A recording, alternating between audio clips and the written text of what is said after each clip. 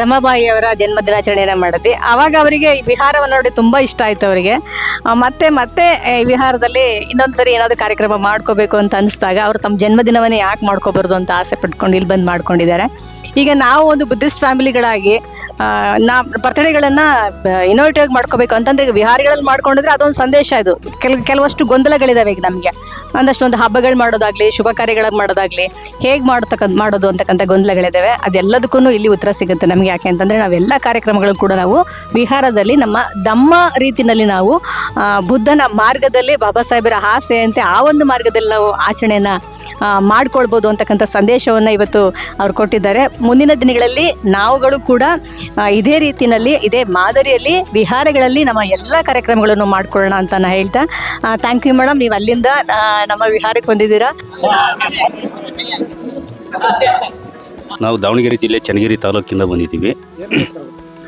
ಇವತ್ತು ವಿಶೇಷವಾಗಿ ನಮ್ಮ ರಾಧಾ ಮೇಡಮ್ ಅವರ ಹುಟ್ಟುಹಬ್ಬದ ವಿಶೇಷತೆಯನ್ನು ನೋಡೋಕ್ಕಾಗಿ ಇಲ್ಲಿ ಬಂದಿದ್ದೀವಿ. ಅವರು ಮಶಾಣದಲ್ಲಿ ಮತ್ತು ಬೇರೆ ಕಡೆಯಲ್ಲಿ ಅನಾಥಾಶ್ರಮಗಳಲ್ಲೆಲ್ಲ ಮಾಡ್ಕೊಂಡಿದ್ದನ್ನು ನೋಡ್ತಾ ಇದ್ವಿ. ಇವತ್ತು ನೇರವಾಗಿ ಬುದ್ಧ ವಿಹಾರದಲ್ಲಿ ಹುಟ್ಟುಹಬ್ಬನ ಆಚರಣೆ ಮಾಡೋದ ನೋಡ್ಕೊಂಡು ಹೋಗೋಣ ಅಂತ ಬಂದಿದ್ದೀವಿ. ಇವತ್ತು ನೋಡಿ ಭಾಳ ಸಂತೋಷ ಆಯಿತು. ಆಯುಷ್ಮತಿ ರಾಧಾ ಮೇಡಮ್ ಅವ್ರನ್ನ ಹಾರೈಸ್ತಾ ಉಪಸ್ಥಿತ ಸಮಸ್ತ ಬಂಧುಗಳ ಹಾರೈಕೆ ಅವರಿಗೆ ಸದಾ ಇರಲಿ ಅಂತೇಳಿ ಹರಸ್ತೆ ಈಗ ಬುದ್ಧ ವಂದನೆಯನ್ನು ಪ್ರಾರಂಭ ಮಾಡೋಣ. ಬುದ್ಧಂ ನಮಾಮಿ, ಧಮ್ಮಂ ನಮಾಮಿ, ಸಂಘಂ ನಮಾಮಿ. ಹಬ್ಬದ ನಿಮಿತ್ತ ಇಂದು ಕೂಡ್ಲೂರು ನಳಂದ ಬುದ್ಧವಿಹಾರಕ್ಕೆ ಆಗಮಿಸಿ ತಥಾಗತ ಬುದ್ಧ ಧಮ್ಮ ಸಂಘಕ್ಕೆ ವಂದನೆಯನ್ನು ಸಲ್ಲಿಸಿ ಇದು ವಿಶೇಷವಾಗಿ ತಮ್ಮ ಹುಟ್ಟುಹಬ್ಬವನ್ನು ಆಚರಿಸಿಕೊಂಡಿರ್ತಕ್ಕಂಥ ಆಯುಷ್ಮತಿ ರಾಧಾ ಮೇಡಮ್ರವರಿಗೆ ಮತ್ತೊಮ್ಮೆ ಜನ್ಮದಿನದ ಶುಭಾಶಯವನ್ನು ತಿಳಿಸ್ತಾ, ಹಾಗೇನು ಈಗಾಗಲೇ ಅವರು ಅನೇಕ ವಿಶೇಷ ರೀತಿಯಲ್ಲಿ ಹುಟ್ಟಿದ ಹಬ್ಬಗಳನ್ನು ಆಚರಿಸ್ಕೊಂಡಿದ್ದಾರೆ. ಈಗ ಕಳೆದ ಬಾರಿ ಸ್ಮಶಾನದಲ್ಲಿ ಹುಟ್ಟಿದ ಹಬ್ಬವನ್ನು ಆಚರಣೆ ಮಾಡ್ಕೊಳ್ಳೋ ಜೊತೆಗೆ ವಿಶೇಷ ರೀತಿಯಲ್ಲಿ ಅನಾಥಾಶ್ರಮಗಳಲ್ಲಿ, ವೃದ್ಧಾಶ್ರಮಗಳಲ್ಲಿ ಆಚರಣೆ ಮಾಡಿ ಕಳೆದ ರಮಾಬಾಯಿ ಜಯಂತಿ ಸಂದರ್ಭದಲ್ಲಿ ಅವರಿಗೆ ಆಗಮಿಸಿ ಈ ವಿಹಾರದ ಒಂದು ಪ್ರಶಾಂತತೆಯನ್ನು ಮನಸ್ಸಲ್ಲಿ ಇಟ್ಕೊಂಡು ಇಲ್ಲಿ ಹುಟ್ಟುಹಬ್ಬವನ್ನು ಆಚರಣೆ ಮಾಡ್ಕೋಬೇಕಂತೇಳಿ ನಿರ್ಧಾರವನ್ನು ಮಾಡಿ ಅದರಂತೆ ಇಂದು ಇಲ್ಲಿ ಆಗಮಿಸಿದ್ದಾರೆ. ಇಲ್ಲಿ ಉಪಸ್ಥಿತ ಹಿರಿಯರು ತಮ್ಮ ಆರೈಕೆ ನುಡಿಗಳನ್ನು ಕೆಲವರು ಆರೈಕೆಯನ್ನು ಹಾರೈಸಬೇಕಂತೇಳಿ ಕೇಳ್ಕೊಳ್ತಾರೆ. ನಾನಾದರೂ ಅವರು ಧಮ್ಮದಲ್ಲಿ ಸಾಕ್ತಿರೋದ್ರಿಂದ ಒಂದು ಧಮ್ಮಪದ ಗಾಥ ಮತ್ತು ಅದರ ಅರ್ಥವನ್ನು ತಿಳಿಸಿ ನನ್ನ ಒಂದು ಶುಭ ಆರೈಕೆಗಳನ್ನು ತಿಳಿಸ್ತೇನೆ. ತಥಾಗತರು ಹೇಳಿದ ರೀತಿಯಲ್ಲಿ ಧಮ್ಮಂಚರೆ ಸುಚರಿತಂಗ್ ನತಂಗ್ ದುಚ್ಚರಿತಂಚರೆ ಧಮ್ಮಚಾರಿ ಸುಖಂಸೇತಿ ಅಸ್ಮಿ ಲೋಕೆ ಪರಂಗ್ ವಿಚಾರ. ಧಮ್ಮಂಚರೆ ಸುಚರಿತಂಗ್, ಯಾರು ಧಮ್ಮದನ್ನು ಆಚರಣೆ ಮಾಡ್ತಾರೋ, ಧಮ್ಮದ ಹಾದಿಯಲ್ಲಿ ಸಾಗ್ತಾರೋ ಅವರ ಚಾರಿತ್ರ್ಯ ಯಾಕಂದರೆ ಶೀಲ ಸಮಾಧಿ. ನಮೋ ತಸ್ಸ ಭಗವತೋ ಅರ್ಹತೋ ಸಮ್ಮಾ ಸಂಬುದ್ಧಸ್ಸ ಭವತು ಸಬ್ಬ ಮಂಗಳಂ ರಕ್ಕಂತು ಸಬ್ಬ ದೇವತ ಸಬ್ಬ ಬುದ್ಧಾನುಭಾವೇನ ಸಬ್ಬ ಧಮ್ಮಾನುಭಾವೇನ ಸಬ್ಬ ಸಂಘಾನುಭಾವೇನ ಸದಾ ಸೋತ್ತಿ ಭವಂತು ತೇ ಸುಜೋ ಮುಯಿನ್ ಸೈಗಂದೋ ಪುನೋ ಮುಜಿನ್ ಸೈಗಂದನ್ ಓಮೋನ್ ಮುರಿಯೋ ಸೈಗನ್ ಗಗುಬುತ್ಸುದೋ ಮುಜೋ ಸೈಗಂದೋ ಸಾಧು ಸಾಧು ಸಾಧು.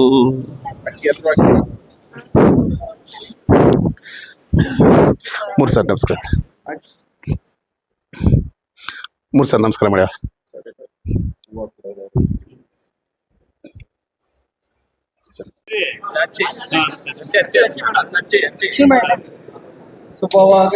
Happy birthday to you, happy birthday to you, happy birthday to you dear Radha, happy birthday to you, may the Buddha bless you ma'am.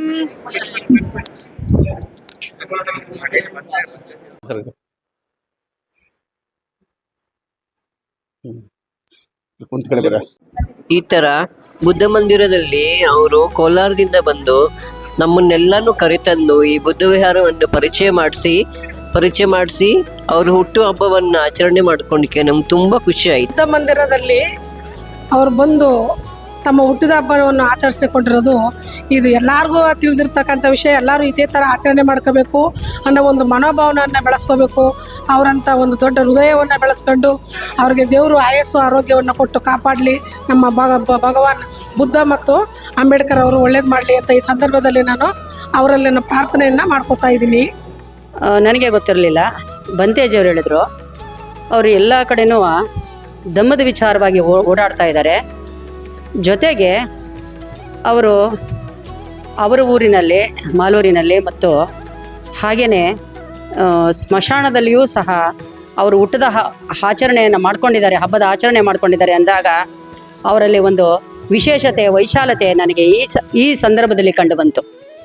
ಅದೇ ರೀತಿ ಆ ಕೋಲಾರ ಮಾಲೂರಿನಿಂದ ನಮ್ಮ ನಳಂದ ಬುದ್ಧ ವಿಹಾರಕ್ಕೆ ಬಂದು ಅವರು ಹುಟ್ಟದಬ್ಬ ಆಚರಣೆ ಮಾಡ್ತಾ ಇರೋದು ಇದು ಒಂದು ವಿಶೇಷ ಅಂತ ಹೇಳಿದ್ರೆ ತಪ್ಪಾಗಲಾರ್ದು.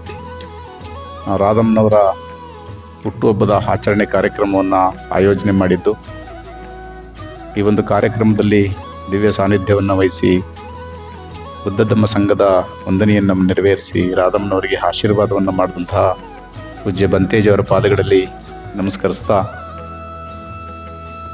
ಈಗಾಗಲೇ ಬಂತೇಜಿಯವರು ಅವರಿಗೆ ಆಶೀರ್ವಾದವನ್ನು ಮಾಡಿದ್ದಾರೆ. ಅವರು ಮಾಡಿದ ಮೇಲೆ ನಾವು ಯಾರು ಮಾತಾಡಬಾರ್ದು. ಆದರೆ ಒಂದು ಮಾತನ್ನು ನಾನು ಈ ಸಂದರ್ಭದಲ್ಲಿ ಜ್ಞಾಪಿಸ್ಕೊಳ್ಳಲಿಕ್ಕೆ ಇಲ್ಲಿ ಎದ್ದು ನಿಂತಿದ್ದೀನಿ. ಅದೇನೆಂದರೆ, ಇವತ್ತು ತುಂಬ ಐತಿಹಾಸಿಕವಾದಂತಹ ದಿನ. ಮಾನ್ಯವರು ಕಾಂಸಿರಾಮ್ ಸಾಹೇಬರು ಹುಟ್ಟಿದಂತಹ ದಿನ ಇವತ್ತು. ಈ ದೇಶದ ಇಡೀ ಶೋಷಿತ ಸಮಾಜಗಳಿಗೆ ಒಂದು ರಾಜಕೀಯ ಅಧಿಕಾರ ಅಂದರೆ ಏನು, ಬಾಬಾ ಸಾಹೇಬ್ ಡಾಕ್ಟರ್ ಅಂಬೇಡ್ಕರ್ ಅವರು ಯಾಕೆ ಅದರ ಮಹತ್ವವನ್ನು ತೋರ್ಕೊಟ್ಟಿದ್ದಾರೆ, ರಾಜ್ಯಾಧಿಕಾರದಿಂದ ನಮ್ಮ ವಿಮೋಚನೆ ಸಾಧ್ಯ, ಇಲ್ಲದಿದ್ದರೆ ಸಾಧ್ಯವೇ ಇಲ್ಲ ಅಂತಕ್ಕಂಥ ಬಾಬಾ ಸಾಹೇಬ್ ಡಾಕ್ಟರ್ ಅಂಬೇಡ್ಕರ್ ಅವರ ಮಾರ್ಗದಲ್ಲಿ ನಡೆದು ಇಡೀ ಶೋಷಿತರಿಗೆ ಒಂದು ವಿಮೋಚನೆ ಮಾರ್ಗವನ್ನು ತೋರಿಸಿದಂಥದ್ದು ಮಾನ್ಯವರು ಕಾಂಸಿರಾಮ್ ಸಾಹೇಬ್. ಬಹುಶಃ ಅವರು ಹುಟ್ಟಂತಹ ದಿನ ಇವತ್ತು.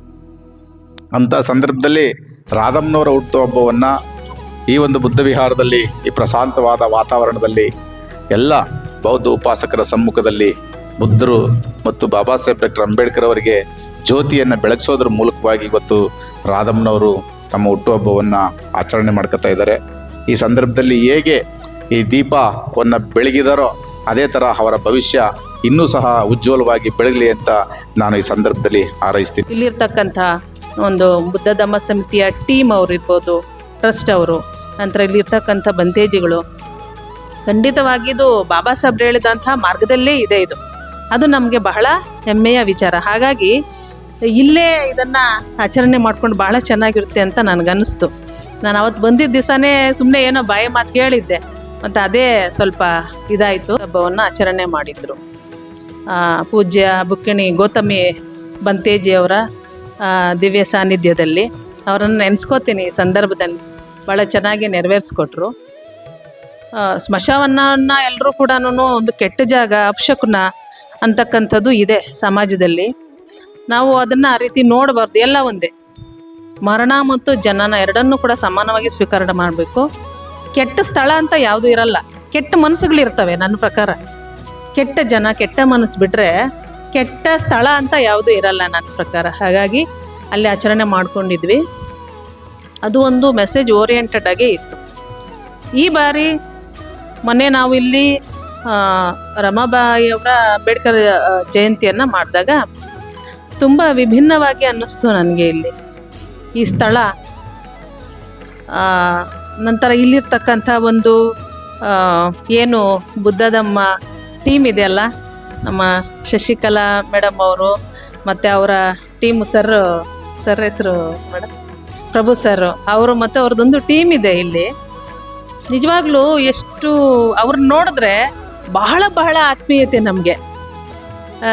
ನಮ್ಮ ಸ್ವಂತ ಸಂಬಂಧಿಕರಲ್ಲೂ ಕೂಡ ಅಷ್ಟು ಇರಲ್ವೇನೋ, ಅಷ್ಟು ಪ್ರೀತಿ ಆತ್ಮೀಯತೆ ನಮಗೆ ಅವ್ರು ನೋಡಿದ ತಕ್ಷಣ. ಇಲ್ಲಿರ್ತಕ್ಕಂಥ ಟೀಮ್ ಎಲ್ಲರೂ ಅಷ್ಟೇ, ಎಲ್ಲೆಂಥ ಬಂಧುಗಳಿದ್ದಾರೆ ಅಂದರೆ, ಮೊನ್ನೆ ಕಾರ್ಯಕ್ರಮ ಮಾಡಿದಾಗಲೇ ಅನ್ನಿಸ್ತು ನನಗೆ, ಎಷ್ಟು ಚೆನ್ನಾಗಿ ನೆರವೇರಿಸ್ಕೊಟ್ರು ಅಂತ ಹೇಳ್ಬಿಟ್ಟು. ಇಲ್ಲಿರ್ತಕ್ಕಂಥ ವಾತಾವರಣ, ಈ ಸುಂದರವಾದಂಥ ಈ ಸ್ಥಳದಲ್ಲಿ ಮಾಡ್ಕೋಬೇಕು ಈ ಬಾರಿ ಅಂತ ಅನ್ನಿಸ್ತು ನನಗೆ.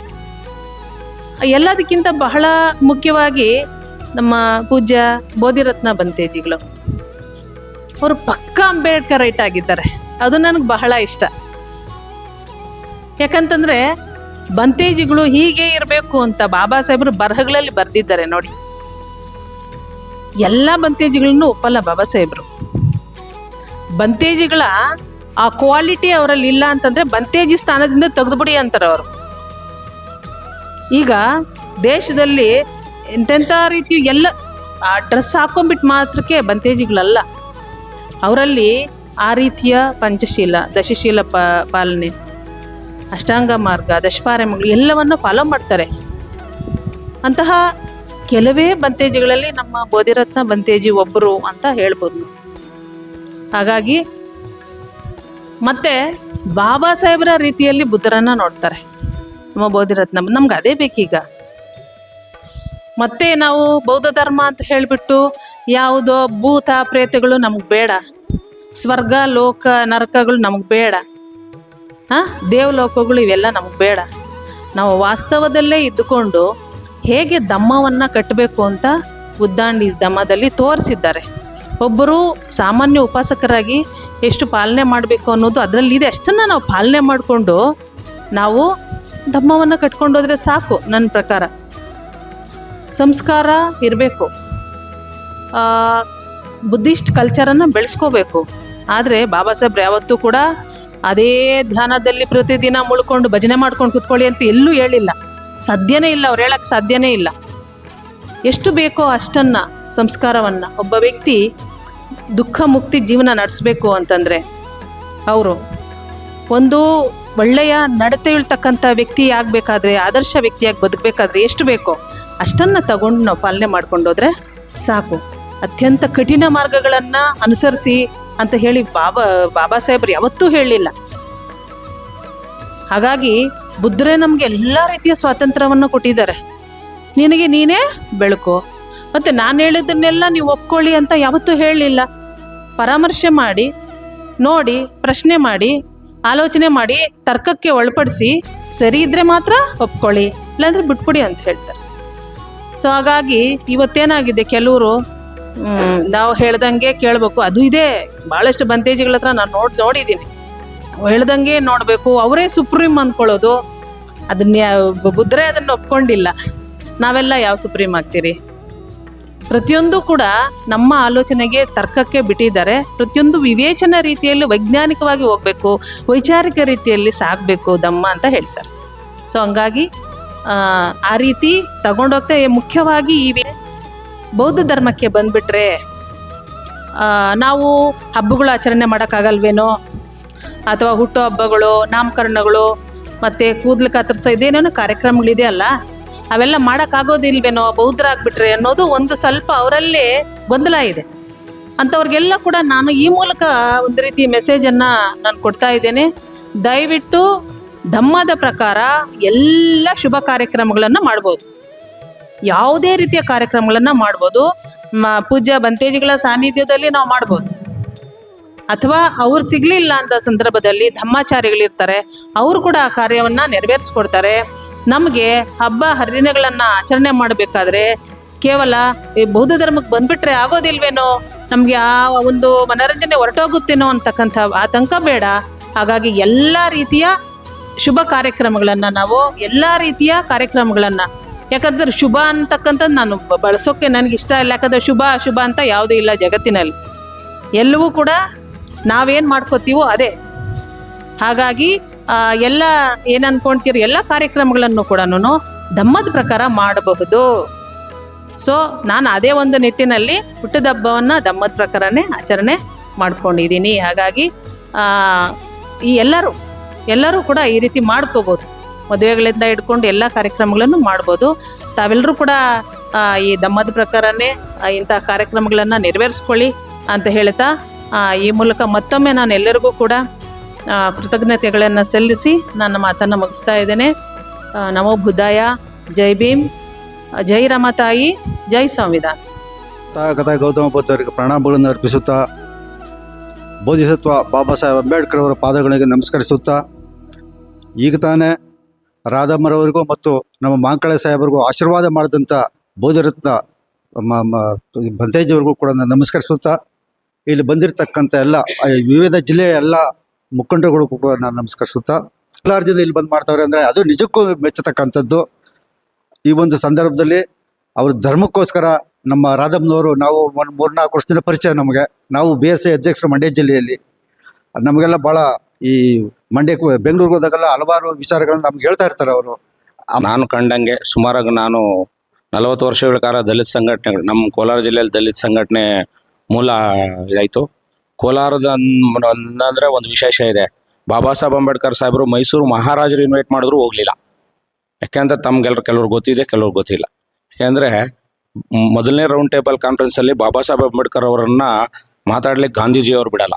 ಆ ವಿಚಾರ ಗೊತ್ತಾಗಿ ಕೋಲಾರ 300 ವರ್ಷಗಳ ಇತಿಹಾಸ, ಬ್ರಿಟನ್ ಇತಿಹಾಸ ಚಿನ್ನ ಸಿಗೋದ್ರಿಂದ ಅಲ್ಲಿ ಚಿನ್ನದ ಗಣಿಯಲ್ಲಿ ಮೇಲ್ವರ್ಗದವ್ರು ಯಾರೋ ಬಂದು ದುಡ್ದಿಲ್ಲ.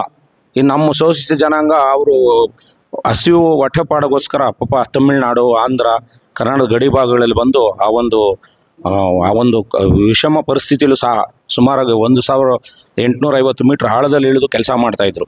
ಅಂಥ ಒಂದು ಸಂದರ್ಭದಲ್ಲಿ ಆ ಒಂದು ಬ್ರಿಟಿಷ್ ಅಲ್ಲಿನ ಇರ್ತಕ್ಕಂಥ ಅಧಿಕಾರಿ ಅವ್ರ ಹತ್ರ ಕೆಲಸ ಮಾಡ್ತಾ ಇರ್ತಕ್ಕಂಥವ್ರು ಅವ್ರಿಗೆ ಅಲ್ಲಿನ ಮುಖಾಂತರ ಲಂಡನಲ್ಲಿ ನಡೆದಂಥ ಒಂದು ವಿಚಾರ ಗೊತ್ತಾಗಿ ಅವರು ಬಾಬಾ ಸಾಹೇಬ್ ಅಂಬೇಡ್ಕರ್ಗೆ ನಾವು ಬೆಂಬಲ ಸೂಚಿಸ್ಬೇಕಂತ ಸುಮಾರಾಗಿ 15,000 ಸಿಗ್ನೇಚರ್ನ ಕಲೆಕ್ಟ್ ಮಾಡಿ ಆ ಲಂಡನ್ ರಾಣಿಗೆ, ಅಲ್ಲಿ ವಿಕ್ಟೋರಿಯಾ ರಾಣಿ ಕೊಟ್ಟಂಥ ಸಂದರ್ಭದಲ್ಲಿ ಆಗ ಬಾಬಾ ಸಾಹೇಬ್ ಅಂಬೇಡ್ಕರ್ ಅವರು ನಮ್ಮ ಶೋಷಿತ ಸಮುದಾಯಗಳ ಪರವಾಗಿ ಮಾತಾಡುವಾಗ ಗಾಂಧಿಯವರ ಅಡ್ಡಿಪಡಿಸಿದಾಗ ಅವರು ವಿಕ್ಟೋರಿಯಾ ರಾಣಿ ಅಡ್ಡಿಪಡಿಸ್ತಾರೆ, ನೀವು ಇದು ಸರಿ ಇಲ್ಲ, ನಿಜವಾದ ಶೋಷಿತ ಸಮುದಾಯದ ನಾಯಕರು ಭೀಮರಾವ್ ಅಂಬೇಡ್ಕರ್ ಅಂತೇಳಿ.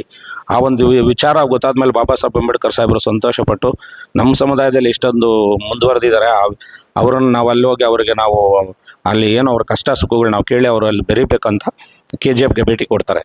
ಅಂಥ ಮಣ್ಣು ಕೋಲಾರ. ಅಲ್ಲಿ ಅಂಥ ಸಂಘಟನೆಗಳು, ಅಂಥ ಒಂದು ಇದರಲ್ಲಿ ನಮ್ಮ ರಾಧಾ ಮೇಡಮ್ ಅವರು ಈ ಒಂದು ಅವರಿಂದನೇ ನನಗೆ ಇಲ್ಲಿ ಗೊತ್ತಾಗಿದ್ದು.